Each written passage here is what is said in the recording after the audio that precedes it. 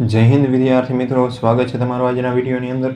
અને આજે આપણે જોવાના છીએ ધોરણ 10ના વિજ્ઞાન વિષયની એસાઇનમેન્ટની સિરીઝ શરૂ હતી તેનું પ્રશ્નપત્ર નંબર 4 વિભાગ બી. તો શરૂ કરીએ આજના વિડીયોને. આજનો તમારો પહેલો પ્રશ્ન છે, તફાવતના બે મુદ્દા આપો. તેમાં ઉષ્માક્ષેપક પ્રક્રિયા અને ઉષ્મા શોષક પ્રક્રિયા. તો ઉષ્માક્ષેપક પ્રક્રિયા કેને કહેવાય? તો કે જે રાસાયણિક પ્રક્રિયામાં નિપજના નિર્માણની સાથે ઉષ્માનું શોષણ થતું હોય તેવી પ્રક્રિયાને ઉષ્મા શોષક પ્રક્રિયા કહે છે. સામે છે ઉષ્માક્ષેપક પ્રક્રિયા. તો જે રાસાયણિક પ્રક્રિયામાં નિપજના નિર્માણની સાથે ઉષ્મા ઉત્પન્ન થતી હોય તેવી પ્રક્રિયાને ઉષ્માક્ષેપક પ્રક્રિયા કહે છે. બીજું કે દાખલા તરીકે શોષક છે એની અંદર બેરિયમ હાઇડ્રોક્સાઇડની એમોનિયમ ક્લોરાઇડ સાથેની પ્રક્રિયા એ ઉષ્મા શોષક પ્રક્રિયા કહેવાય છે. જ્યારે કડી ચૂનાની પાણી સાથેની પ્રક્રિયા એ ઉષ્માક્ષેપક પ્રકારની પ્રક્રિયા છે. નેક્સ્ટ ક્વેશ્ચન જોઈએ, ધાતુઓના 4 સામાન્ય ગુણધર્મો લખો. આવી રીતના પ્રશ્ન આવે ત્યારે તમે એક્સ્ટ્રા ગુણધર્મ એડ કરી શકો. કદાચ ભૂલથી ઉપરના કોઈ ખોટા લખાઈ ગયા હોય, બરાબર, તો પાછળના સાચા હોય તો તમને એના માર્ક છે એ મળી રહે. તો આપણે ટોટલ 6 ગુણધર્મ અહીં મેન્શન કર્યા છે. એમાં પહેલો, ધાતુઓ તેમની શુદ્ધ અવસ્થામાં ચળકાટવાળી સપાટી ધરાવે છે. બીજું, ઓરડાના તાપમાને ઘન પણ પારા સિવાય, કારણ કે પારો એ ઓરડાના તાપમાને પ્રવાહી સ્વરૂપની ધાતુ છે અને ધાતુઓ પાછી સખત હોય. ત્રીજું, તે તણાવપણા અને ટીપાવપણાનો ગુણ ધરાવે છે. ઉષ્મા અને વિદ્યુતના સારા વાહક છે. ગલન બિંદુ ઊંચા હોય અને એ રણકાર ઉત્પન્ન કરે છે. નેક્સ્ટ આપણે આગળ વધીએ, તફાવત ધમની અને શિરા વચ્ચેનો. તો કે ધમની છે એ હૃદયથી અંગો તરફ રુધિર લઈ જતી રુધિર વાહિની છે, એને ધમની કહેવાય. ત્યારબાદ અંગોથી હૃદય તરફ રુધિર લઈ જતી રુધિર વાહિનીને શું કહેવાય છે? શિરા. બરાબર, ઓમાં હૃદયથી અંગો તરફ જતું હતું, આમાં અંગોથી હૃદય તરફ જાય છે. બીજું, ધમનીમાં રુધિર ઊંચા દબાણથી વહન પામે, જ્યારે શિરાની અંદર રુધિર નીચા દબાણે વહન પામે. ધમનીની દિવાલ જાડી અને સ્થિતિસ્થાપક હોય, શિરાની દિવાલ પાતળી અને ઓછી સ્થિતિસ્થાપક હોય છે. સ્થિતિસ્થાપક તો હોય પણ ધમનીની સાપેક્ષમાં ઓછી. ત્યારબાદ અંગો કે પેશીઓમાં ધમનીઓ રુધિર કેશિકામાં વિભાજિત થાય. અંગો કે પેશીની અંદર રુધિર કેશિકાઓ જોડાય અને શિરા બનાવે છે. ધમની છે એની અંદર O2 યુક્ત એટલે કે ઓક્સિજન વાળું જે રુધિર હોય વહન પામે, એની અંદર ફુફ્ફુસ ધમની છે એનો અપવાદ છે, અથવા તો એને ફુફ્ફુસીય ધમની પણ કહેવાય. અને સામે શિરામાં CO2 યુક્ત રુધિર વહન પામે છે, બરાબર, પણ એમાં પણ અપવાદ છે, ફુફ્ફુસીય શિરા અથવા તો ફુફ્ફુસ શિરા. કારણ કે ફુફ્ફુસીય શિરા અથવા તો ફુફ્ફુસ શિરાની અંદર ઓક્સિજન વાળું રુધિર હોય અને અહીંયા ફુફ્ફુસ ધમનીની અંદર કાર્બન ડાયોક્સાઇડ વાળું રુધિર હોય, એટલે એના અપવાદ છે. નેક્સ્ટ ક્વેશ્ચન ઉપર જઈએ, દ્વિભાજન એ બહુભાજનથી કેવી રીતે ભિન્ન? તો કે દ્વિભાજન એ ભાજનનો એક પ્રકાર છે. તેમાં પિતૃકોષ 2 બાળ સજીવ કોષમાં વિભાજન પામે. ઉદાહરણ છે એના અમીબા અને બેક્ટેરિયા. બહુભાજન પણ ભાજનનો જ એક પ્રકાર. તેમાં એક કોષી સજીવ છે એ એક જ સમયે ઘણા બાળકોમાં વિભાજન પામે છે. ઉદાહરણ તરીકે પ્લાઝ્મોડિયમ. આમ એક દ્વિભાજનને અંતે 2 બાળ સજીવ, જ્યારે એક બહુભાજનને અંતે ઘણા બાળ સજીવ એકસાથે ઉત્પન્ન થાય છે. નેક્સ્ટ ક્વેશ્ચન જોઈએ, 29મો તફાવત આપો શુક્રપિંડ અને અંડપિંડ. તો શુક્રપિંડ છે એ ઉદર ગુહાની બહાર વૃષણપથરીમાં એક જોડ શુક્રપિંડ આવેલા છે. શુક્રકોષોના નિર્માણ માટે શરીરના સામાન્ય તાપમાન 37 ડિગ્રી સેલ્સિયસ કરતાં 2 થી 3 ડિગ્રી સેલ્સિયસ નીચું તાપમાન જરૂરી છે. શુક્રપિંડમાં શુક્રકોષોનું ઉત્પાદન થાય છે. શુક્રપિંડ એ નરજાતીય અંતઃસ્ત્રાવ ટેસ્ટોસ્ટેરોનનો સ્ત્રાવ કરે છે. છોકરામાં ટેસ્ટોસ્ટેરોન એ શુક્રકોષના ઉત્પાદનનું નિયંત્રણ અને છોકરામાં યુવાવસ્થાના લક્ષણો એટલે કે જાતીય ગૌણ લક્ષણોનું પણ નિયંત્રણ કરે છે. અંડપિંડ છે તો એ સ્ત્રીની ઉદર ગુહામાં એક જોડ અંડપિંડ આવેલા છે. માદા જનન કોષો એટલે કે અંડકોષો અંડપિંડમાં નિર્માણ પામે. અંડપિંડ એ માદા જાતીય અંતઃસ્ત્રાવો ઇસ્ટ્રોજન અને પ્રોજેસ્ટરોન છે, બરાબર, એનો સ્ત્રાવ કરે છે. છોકરીના જન્મ સમયથી જ અંડપિંડમાં હજારો અપરિપક્વ અંડપુટિકાઓ હોય અને યૌનારંભે કેટલાક અંડકોષો પરિપક્વ થવાની શરૂઆત કરે છે. બંને અંડપિંડ વારાફરતી પ્રતિમાસ એક અંડકોષ મુક્ત કરે છે. બરાબર, તમે આ રીતે લખી શકો, પણ જનરલી તફાવત પૂછે ત્યારે આ રીતના આપણે જે આગળ તફાવત જોયા હતા ધમની શિરાના, આ રીતના 2 ભાગ પડીને લખો તો વધારે સારું રહે. બરાબર, આપણે નેક્સ્ટ ક્વેશ્ચન ઉપર જઈએ. નંબર 30, આકૃતિમાં શ્વેત પ્રકાશનું પાતળું કિરણપુંજ ત્રિકોણાકાર કાચના પ્રિઝમ પર આપાત કરવામાં આવે છે, ત્યારે પ્રિઝમની સામે રાખેલા પડદા પર XY વર્ણપટ છે એ રચાય છે.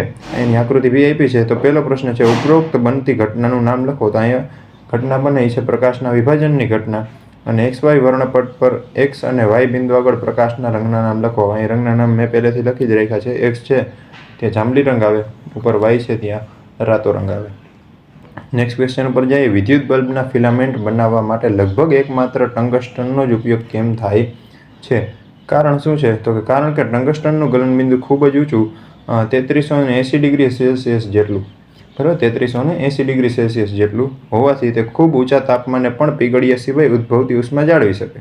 તેથી તે ખૂબ ગરમ થઈ પીગળ્યા સિવાય પ્રકાશનું ઉત્સર્જન કરે છે. વધુમાં ટંગસ્ટનનું લચીલાપણું એટલે કે જેને આપણે ફ્લેક્સિબિલિટી કહીએ ઇંગ્લિશની અંદર અને ઊંચા તાપમાનને બાષ્પીકરણનો નીચો દર પણ મહત્વનો અને ઉપયોગી છે. તેથી બલ્બના ફિલામેન્ટ બનાવવા માટે ટંગસ્ટનનો ઉપયોગ થાય છે. નેક્સ્ટ ક્વેશ્ચન જોઈએ. તમારા ઘરમાં વપરાતો વિદ્યુત બલ્બ 100 વોટ અને રેફ્રિજરેટર 400 વોટનું રેટિંગ ધરાવે. જો આ ઉપકરણો 10 કલાક પ્રતિ દિવસ ચલાવવામાં આવે તો ₹8 પ્રતિ કિલોવોટ અવરના લેખે 10 દિવસ ચલાવવા જરૂરી ઉર્જા માટે કેટલો ખર્ચ છે એ કરવો પડે અથવા તો કેટલો ખર્ચ થાય. તો અહીંયા આપણો કુલ પાવર છે W એ છે 100 વોટ જે વિદ્યુત બલ્બ દ્વારા યુઝ થાય.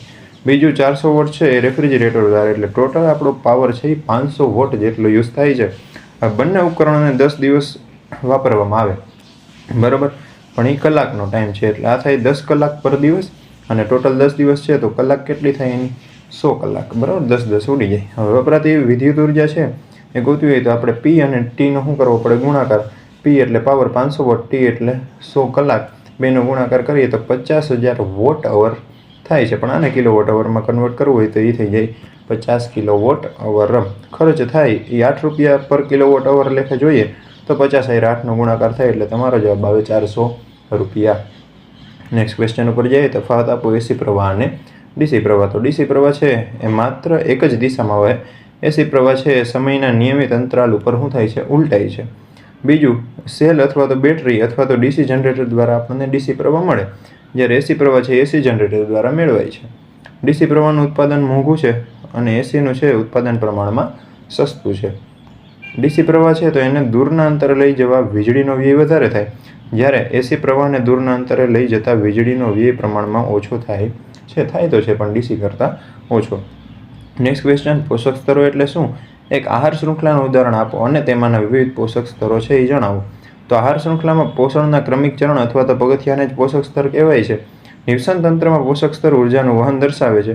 આહાર શૃંખલામાં ભક્ષ્ય અથવા તો ભક્ષકના વચ્ચેનો ક્રમિક સંબંધ દર્શાવે છે. અહીં જે આહાર શૃંખલા છે જેમ કે ઘાસ તો એને ઉંદર ખાય, ઉંદરને સાપ ખાય, સાપને સમડી ખાય બરાબર. નીચે ઉત્પાદકો છે, ત્યારબાદ ઉપભોગીઓ છે. ઘાસ છે એ શું છે ઉત્પાદક છે. આ ત્રણ જે ખાનારા છે એ શું છે ઉપભોગીઓ છે. જેની અંદર ઉંદર છે એ પ્રાથમિક ઉપભોગી કહેવાય, સાપ છે એ દ્વિતીય ઉપભોગી કહેવાય અને સમડી છે એ કહેવાય છે તૃતીય ઉપભોગી બરાબર. તો અહીંયા ઉત્પાદકો હતા જેમ કે ઘાસ એ પ્રથમ પોષક સ્તર હતું, ઉંદર હતું એ દ્વિતીય પોષક સ્તર હતું, સાપ હતો એ તૃતીય પોષક સ્તર હતું અને સમડી હતું એ ચતુર્થ પોષક સ્તર હતું. નેક્સ્ટ ક્વેશ્ચન ઉપર જાય. વિઘટનના આધારે કચરાના બે પ્રકાર સમજાવો. તો વિઘટનના આધારે કચરાના બે પ્રકાર પાડવામાં આવે, જેમાં પહેલું છે જૈવ વિઘટનીય કચરો. કેને કહેવાય તો કે જે કચરો જૈવિક પ્રક્રિયા એટલે કે જીવાણુ કે મૃતોપજીવીઓ દ્વારા વિઘટન કરી શકાય તેને જૈવ વિઘટનીય કચરો કહે છે.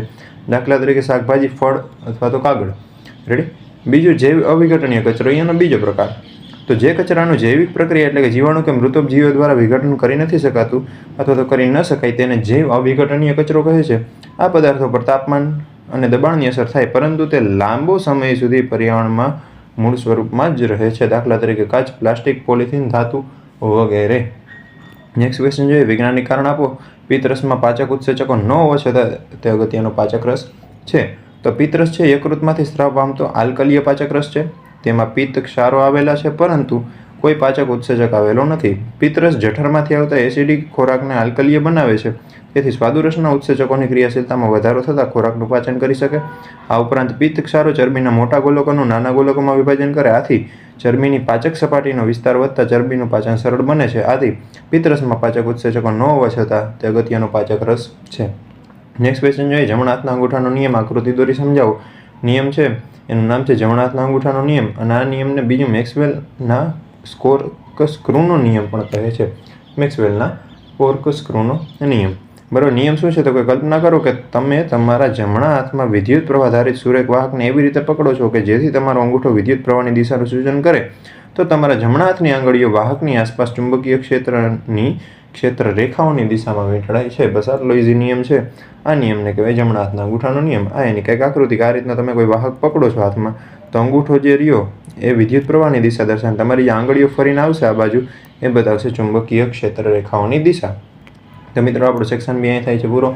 જલ્દીથી જ એક નવા વિડીયો સાથે મળીશું. ત્યાં સુધી બધાને જય હિન્દ.